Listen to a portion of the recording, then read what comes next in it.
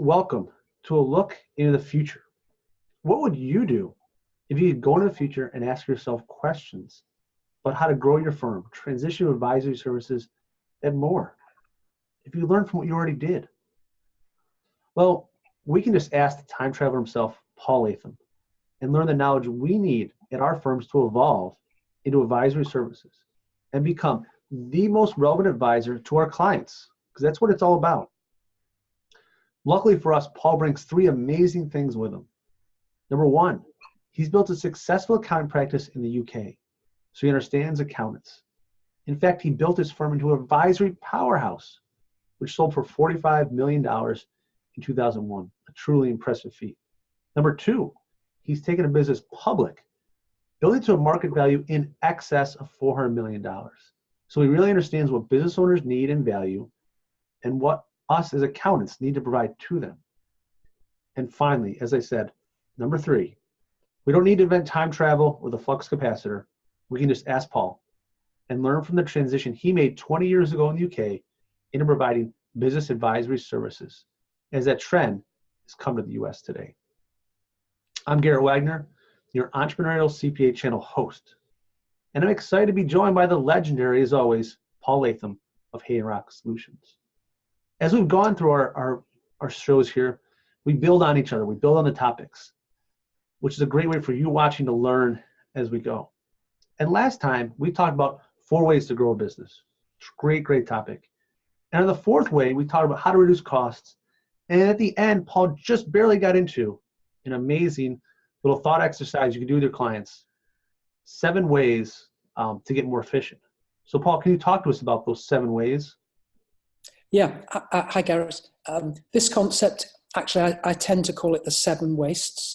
Just like the 4 ways to grow a business, it's another simple concept. It's one I've used for many years, working as an accountant, consulting and advising business owners. In fact, it's one of the top 6 areas of business advice that I basically believe constitute 80% of everything that an advisor needs to know when working in the business advisory area with their clients. Just a bit of background to it. Specifically, the 7 wastes was actually introduced by Toyota just after World War II. So in other words, about 70 years ago, and they're still using this technique today in their business. And that really tells you a couple of interesting things. First one is they've still been doing this, or they're still doing this 70 years later. So they obviously think it's worth doing. And secondly, it tells you that waste is something that every business needs to keep working on. You can never entirely eradicate waste. It's a bit like the tide coming in and going out again. As fast as you've cleared waste, it'll start coming back into the business again. So it's a continual exercise. And basically the idea behind the 7 waste model, just like the 4 ways to grow a business, is that it's a thought prompt. And you brainstorm those 7 wastes and you generate ideas as to how to get more efficient and reduce costs. And from there, you can build a plan to drive waste out of your business. So that kind of sounds like, once again, we're talking about another brainstorming topic to use with your clients with kind of a framework behind it. So when we're working with a client, one of our firm business owners, how many people from their team would you have involved with this? Yeah, it's a really good question there, Garrett. I mean, and by the way, this rule, the rules as to how many people is different in different sort of aspects of working with the client. So for example, if the 4 ways to grow a business, you might only use 4, 5, 6, 7 people to brainstorm that one. It's probably top people in the organization and people who are particularly interested in winning your clients, etc. But when it comes to the 7 wastes, actually, really there's sort of 3 rules I always suggest we apply. Number 1, the more the merrier.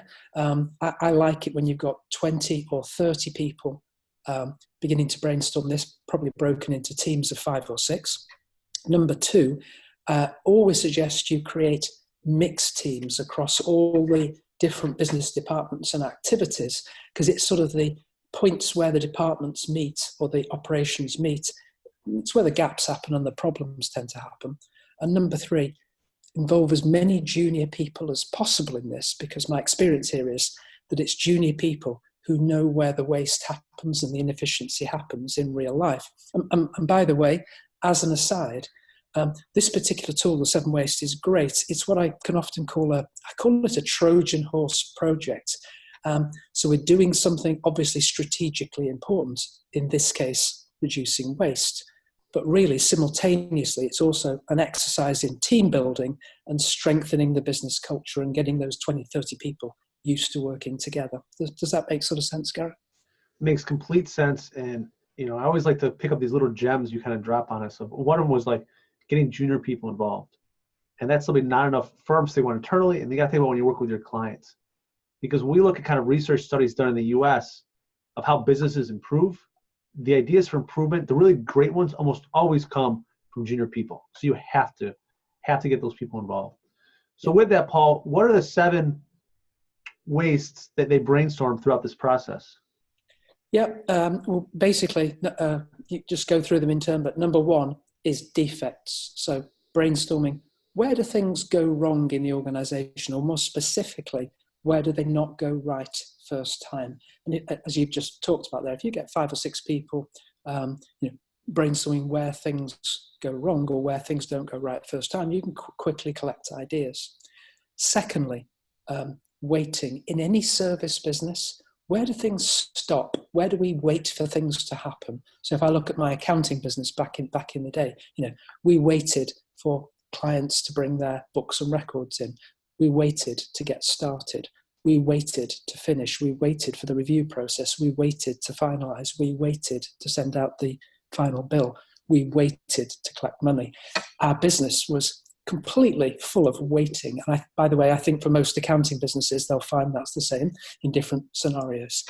Number 3, process. Where do we either not have a process at all, or maybe where do we have a process, but it's not a very good one, or it's completely outdated? And most businesses are full of either outdated processes or places where we need a process and we haven't got one.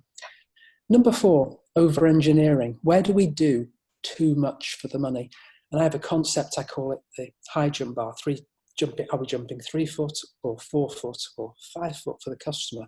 But essentially brainstorming, where do we basically undercharge and over-deliver for the customer? And by the way, most accountants, the other area apart from waiting, they tend to over-engineer. They tend to do too much for the money. It comes about because they actually haven't defined what they do for the money.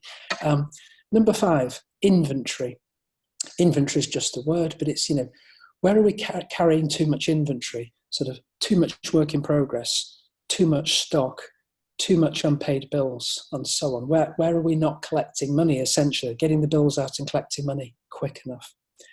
Number 6, I call it motion, but it's motion inside the business. You could sort of think about it like a factory production line in terms of physical production. More commonly these days, it's the motion of communication. Where do we not communicate well inside the business? Where does the communication break down? And that's sort of similar to number 7, which I call transport, where it happens outside the business. It could be logistics, but more commonly these days, it's communication. Where does communication break down with vendors? Where does it break down with suppliers? Where does it break down with customers? And basically what you do is you get these teams of people to individually brainstorm those 7 areas and generate ideas. And by the way, those 7 areas are not mutually exclusive. You could generate the same idea or the same problem is identified in the group that's looking at waiting as maybe in the group that's looking at over-engineering. It's just a thought prompt process. Make sense? Yeah. So after this thought process, and I think I know the answer, what happens next? What's that next step? Yeah. So obviously what's happened is let's say you've had 30 odd people broken into 5 or 6 groups of 5 or 6. They'll have brainstormed 1 or 2 each of these 7 areas amongst the teams. And what will happen is you'll have identified a number of issues. And I have a little rule of thumb, by the way. In any business, if we've gone through that, and it would take maybe an hour to an hour and a half, if we've not identified at least 50 opportunities to improve efficiency, I tell them to go back and do it again. I've never yet seen a business where we can't generate at least 50. It's typically 50 to 100 opportunity areas. And really simplistically, those ideas fall into 2 categories. They will either be sort of potentially high value ideas that are harder to fix and will take some time, or they're perhaps, secondly, lower value ideas, but they're easier to fix.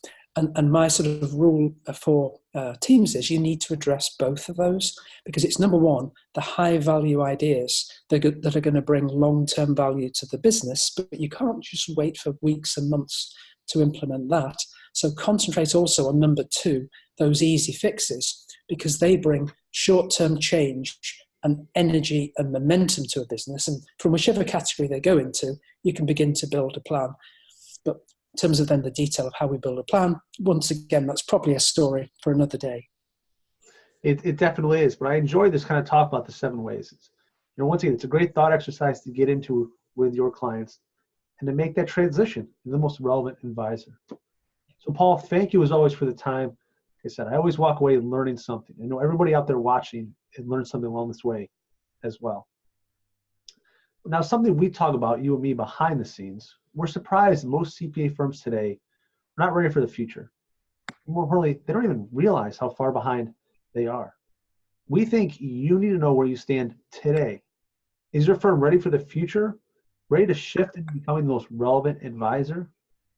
Take a minute of your time and sign up for your own free biz survey and get a free objective assessment of how prepared your firm is for the future.